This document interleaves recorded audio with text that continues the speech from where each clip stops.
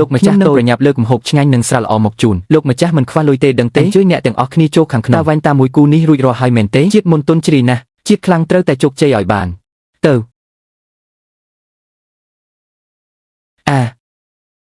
វ៉ោ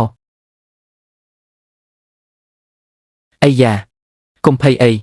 ទីនេះគ្រាន់តែជាបន្ទប់ឯកជនធម្មតាប៉ុណ្ណោះចាត់ទុកដូចជាផ្ទះខ្លួនឯងទៅអារម្មណ៍ខ្លះទៅហេបងសម្លាញ់បន្ទប់ឯកជននេះប្រកាសជាថ្លៃណាស់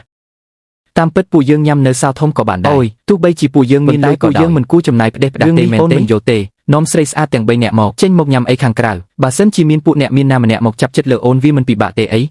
ម្យ៉ាងទៀតបន្ទប់ឯកជននេះល្អណាស់ពួកយើងទាំង3នាក់នៅយ៉ាងស្រណុកសុខស្រួលស្ងាត់ល្អមែនទេ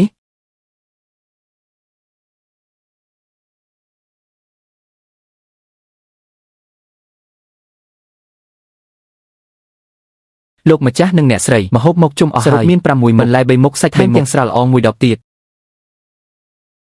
អូយ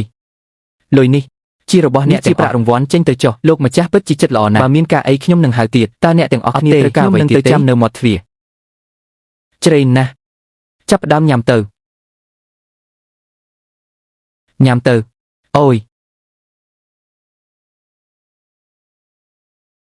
អូយញ៉ាំយឺតទៅឆ្ងាញ់ណាស់ញ៉ាំលឿនពេកមិនល្អចំពោះកវិណាលីនវ៉ាន់រូពិន្ទុកើនឡើង1បច្ចុប្បន្នគឺ95លីនវ៉ាន់ឈីងពិន្ទុកើនឡើង5បច្ចុប្បន្នគឺ60លីនវ៉ាន់យូពិន្ទុកើនឡើង5បច្ចុប្បន្នគឺ60ពិន្ទុរបស់លីនវ៉ាន់ឈីងនិងលីនវ៉ាន់យូសុទ្ធតែកើនឡើង5ពិន្ទុទទួលបានឱកាសចាប់ឆ្នោត2ឆ្នាំទៀតហើយលីនវ៉ាន់រូមិនដឹងថាជាមូលហេតុដែលចិត្តដល់កម្រិតបន្ទាប់ពី90ពិន្ទុមកវាកើនឡើងម្ដងបន្តិចប៉ុន្តែមិនអីទេបើសំណាងល្អយប់នេះប្រហែលជាអាចដល់កម្រិតអាត់បលម៉ែហើយមិនដឹងថាមានអ្វីភ្ញាក់ផ្អើលបន្ថែមទៀតឬអត់អាគ្រូសាលីនចង្រៃមើលចុះធ្វើឲ្យប្រពន្ធតូចរបស់ខ្ញុំឃ្លានដល់ថ្នាក់អ្នកចិត្តខាងចង្រៃនោះមើលចុះធ្វើឲ្យប្រពន្ធតូចរបស់ខ្ញុំឃ្លានដល់ថ្នាក់ហ្នឹងគ្រាន់តែឲ្យពួកគេសរសេរសម្បត្តិកាត់ការគឺពិតជាចំណេញពួកគេពេកហើយទៅថ្ងៃមុខខ្ញុំនឹងផ្ដល់អាហារបំពន់ឲ្យអ្នករាល់ថ្ងៃអូយលីសិនហើយបន្តិចទៀតយើងទៅណាចាំហាងលក់ទំនិញដែលយើងដើរកាត់ពេលទៅមកដល់ទេឯងនាំប្អូនទៅទិញខោអាវនិងភួយទៅខ្ញុំទៅខាងនោះទិញស្បៀងបន្តិចទៀតខ្ញុំទៅរកអ្នកនៅក្នុងហាងណាតោះថៅកែមន់ទានេះលក់យ៉ាងម៉េចដែរមេមន់30កាក់ទា15កាក់បើខ្ញុំយកទាំងអស់តើអាចចុះថ្លៃបានទេទៅឲ្យឆ្ងាយទៅខ្ញុំមានមេមន់20ក្បាលទា30ក្បាលអ្នកយកទាំងអស់មែនទេបាទបើយកទាំងអស់មេមន់28កាក់ចុះទាវិញ14កាក់សរុបទាំងអស់980កាក់ខ្ញុំធានាថាអ្នកទិញទៅគឺនៅរស់រវើកទាំងអស់មិនថាយកទៅសម្លហូបឬទុកឲ្យពងទេគឺល្អណាស់ល្អខ្ចប់ឲ្យទាំងអស់មកអូយ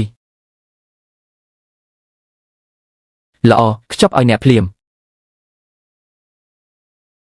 ណែកុំធ្វើបែបនេះអីអូយ